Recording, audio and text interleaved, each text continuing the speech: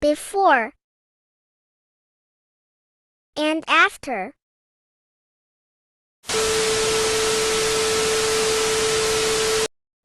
Mga kabarbers, meron akong client, isang estudyante at criminology ang kursong kinuha niya. Hindi siya nakapagpagupit bago siya pumasok sa eskwelahan. Kaya eto yung nangyari. Oh my god. Nakataban siya mga kabarbers kaya ayusin natin. At ang una natin ginawa dyan mga kabarbers ay tinanggal muna natin yung kutab niya sa bandang itaas. At nung matapos ng matanggal ito na yung kinalabasan mga kabarbers. At dito mga kabarbers ay nabura na natin yung kutab sa bandang itaas. Kaya sa bandang ibaba naman tayo. At mag-aahit na lang tayo dyan mga kabarbers. Ito yung gupit na basket na ang ibig sabihin ay semical. Kasi ang ginamit natin sa bandang itaas mga kabarbers ay number 3 guard kaya tinawag na basket.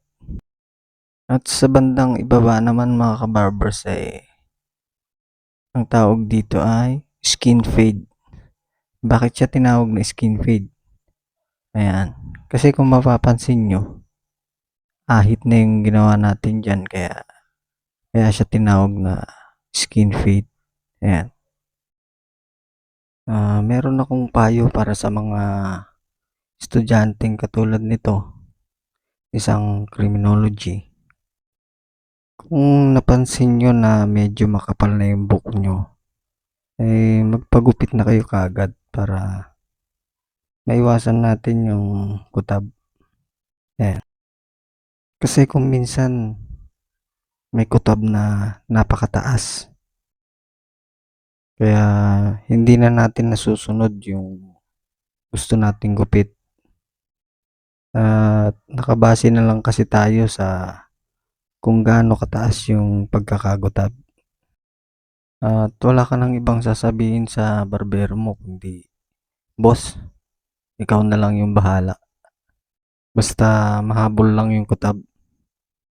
Yan ang sinasabi natin pagka yung kutab natin ay sobrang taas. Yan. Mga kabarbers, ang tawag pala dito sa gupit na to ay basket skin fade. Number 3 sa taas. Ayan. At ito mga kabarbers, malapit na tayong matapos. At kung nagustuhan mo tong video na to ay huwag mong kalimutang mag-like, comment, mag-share at i-follow ang page na ito.